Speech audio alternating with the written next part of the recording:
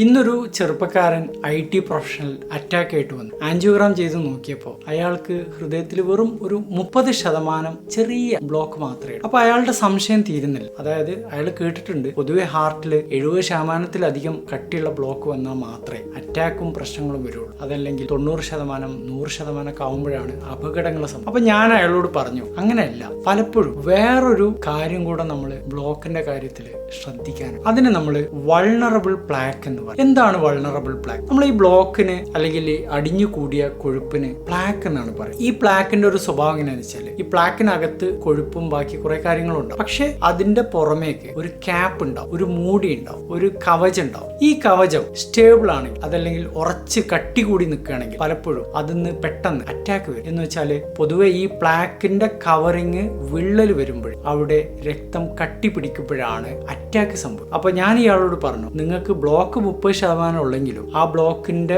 പുറമെയുള്ള കവറിങ് വളരെ ലോലമായതുകൊണ്ട് അത് പെട്ടെന്ന് പൊട്ടിപ്പോയി കാണും. ഈ പൊട്ടുന്ന ബ്ലോക്കുകളെയാണ് വൾണറബിൾ പ്ലാക്ക് എന്ന് പറയാം. അപ്പോൾ നമ്മൾ അറിയേണ്ട ഒരു കാര്യം എന്ന് വെച്ചാൽ ബ്ലോക്കിന്റെ ശതമാനത്തിലുപരി ബ്ലോക്കിന്റെ കവറിന്റെ കട്ടി, അതല്ലെങ്കിൽ ആ ബ്ലോക്കിന്റെ സ്വഭാവം, അത് വളരെ വളരെ പ്രാധാന്യമുള്ള ഒരു കാര്യം.